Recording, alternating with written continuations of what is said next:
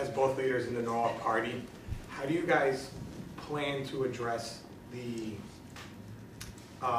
negative attacks and the visceral attacks that come from your party and have spread to the Board of Ed that have fostered the leaving and resignation of probably one of the best superintendents we've had here? I've been teaching in Norwalk for 14 years and I'm on my 7th superintendent. It's getting to the point where I can't do my job, but I'll be blamed by the community that I'm not doing my job because I don't have a leader helping me. And it seems, you know, the Republican people that are in charge for the last time, they do share some of the blame, but a lot of it has come from the Democratic Party throwing some visceral attacks. And I just wanted to be able to hear what you guys have, what you can do with your party as the leaders at the state level to control and, not control, sorry, wrong word, but to talk to and guide. Increase civility.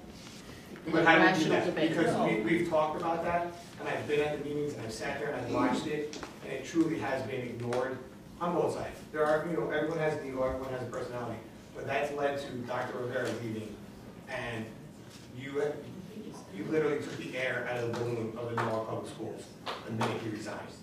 And you had, across the board, teachers, the parents, everybody lost a huge advocate, ally, and someone who could move the ball forward. Someone, we wouldn't have the CGS problem that we have if Dr. Rivera was still here. We'd be getting ECS funding if he was here. And he's gone and he's in New London. And, you know, New London is in a much better place than Norwalk will be. I just don't know what, you know, you guys can do from on your party end.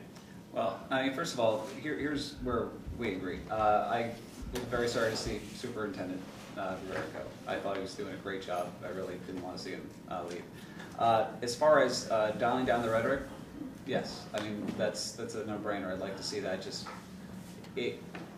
when we get into these, you know, down these alleys of discussion and the vitriol goes back and forth, it's not helping anybody. I mean, we know that it's going to get in the way of having a permanent superintendent going forward.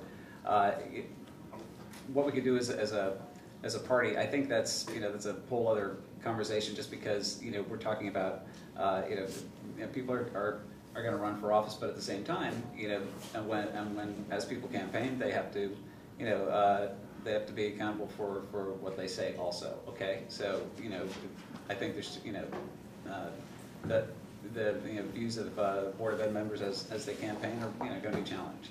And I think that's the way the process works. But I think there's a it is I think that I would want to see everybody on Board of Ed, both sides, working together for the good of our schools, because we've seen when it works, we get somebody like Superintendent Rivera, okay, at its best. So let's just try to aim for that standard again, and and that's what I want to see. I thought the fairest part of your question is when you said it's both sides, not just one side. And I would say that, for me, I've been a realtor in town for 19 years. I'm a graduate of the schools. I send my kids to the public schools and the state senator. I have just as much stake in the schools as you do as a teacher. And so I want to see the schools succeed, and I was sad to see Dr. Rivera leave. And so what does that mean?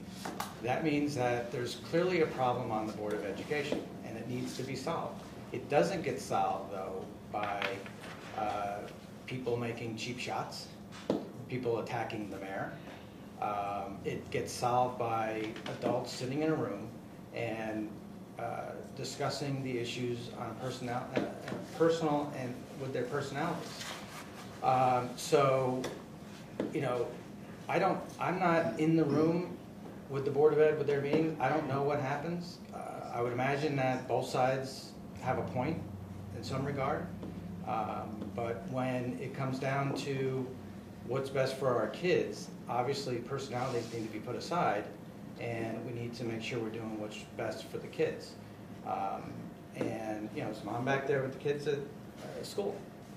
I feel the same way too. It was a punch in the gut when he left. There's some things, I've talked to Dr. Rivera, as a matter of fact, I saw him the other day. There's some things he said publicly about why he left, and there's some things he didn't say publicly about why he left. So I think if the public had the whole story, they might change their tune a little bit. But, you know, I think if it was acknowledged that there's probably fault on both sides, then I think we could move forward. And until we get to that point where we depoliticize this issue, we're going to have a hard time moving forward.